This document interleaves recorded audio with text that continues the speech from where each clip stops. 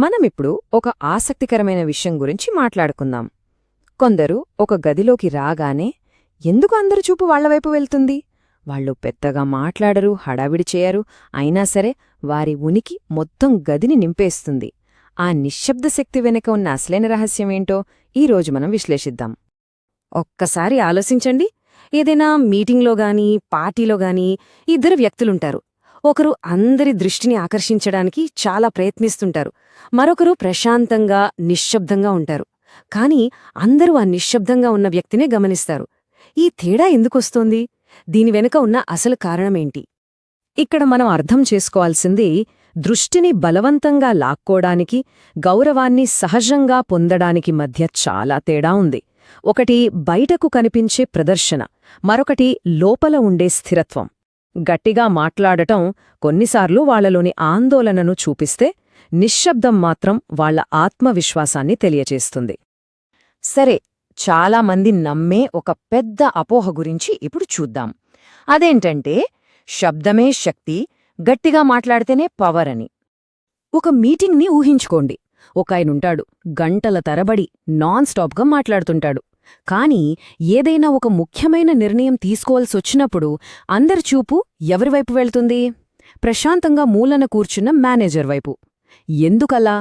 ఎందుకంటే నిజమైన అధికారం శబ్దంలో ఉండదు. చిన్నప్పణ్నుంచి మనకు ఒక రకంగా ఇదే నేర్పిస్తారు. ఎవరైతే ఎక్కువ శబ్దం చేస్తారో వాళ్లే నాయకులు అని మనమనుకుంటాం. కాని అది నిజం కాదు. అది కేవలం ఒక భ్రమ. నిజమైన శక్తి శబ్దంలో కాదు, నిశ్శబ్దంగా ఉండే స్థిరత్వంలో ఉంటుంది. ఈ భ్రమ వెనుక ఉన్న నిజాన్ని ఇప్పుడు చూద్దాం. అయితే ఈ శబ్దభ్రమ ఎందుకు ఎక్కువసేపు పనిచెయ్యదు?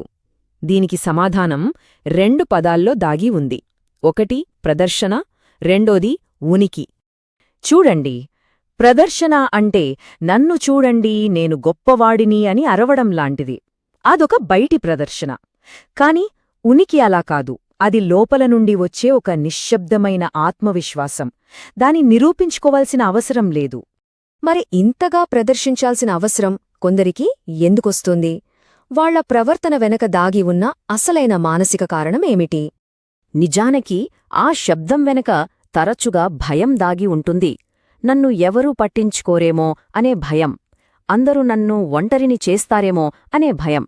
అందుకే ఇతరులు తమని మెచ్చుకోవాలి, తమని గుర్తించాలి అని వాళ్లు బలంగా కోరుకుంటారు. అయితే ఇక్కడొక విచిత్రమైన విషయమేంటంటే, ఈ అతి ప్రయత్నమే వాళ్ల బలహీనతను బయటపెడుతోంది. అది చూసేవాళ్లకి తెలీకుండానే అర్థమైపోతుంది. వాళ్లలో నిజమైన అధికారం లేదని గ్రహిస్తారు. సరే, శబ్దం నిజమైన శక్తి కాకపోతే మరి అసలైన శక్తి ఎక్కడ ఉంది? సమాధానం నిశ్శబ్ద ఉనికిలో.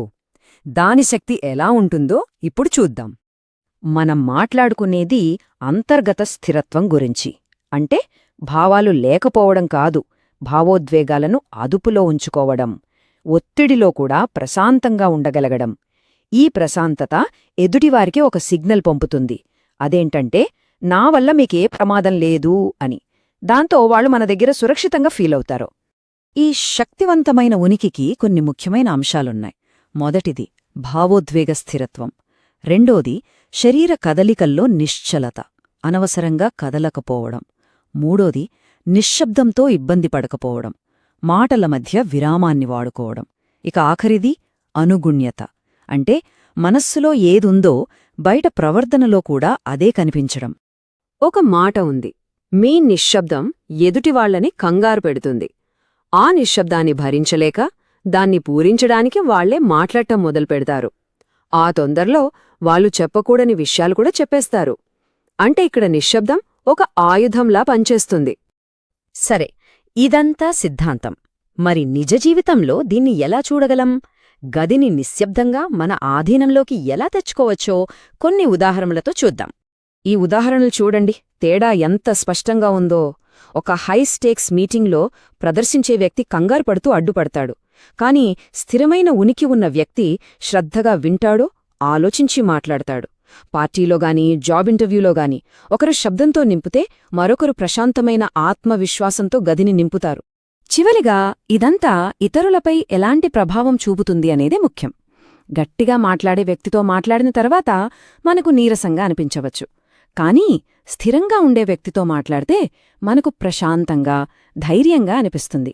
అందుకే ప్రజలు రెండో రకం వైపే ఆకర్షితులవుతారు. ఇప్పుడు మనం నేర్చుకున్నదంతటినీ కలిపి ఒకే ఒక్క శక్తివంతమైన సూత్రంగా మార్చుకుందాం.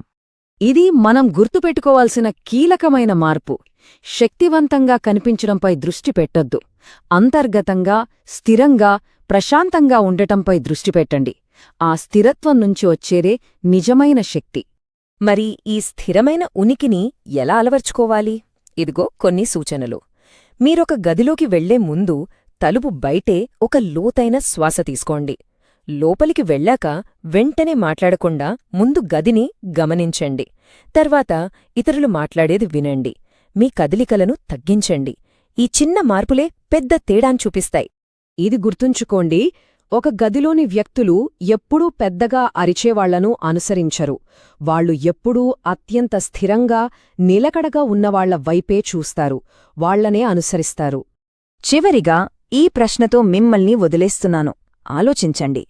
ఒకవేళ ఏ గదిలోనైనా మీ అతిపెద్ద బలం మీ గొంతు కాకపోతే, మీ నిశ్శబ్దం, మీ నిశ్చలతే అయితే, అప్పుడు మీ ప్రభావం ఎంతగా పెరగవచ్చో ఊహించుకోండి.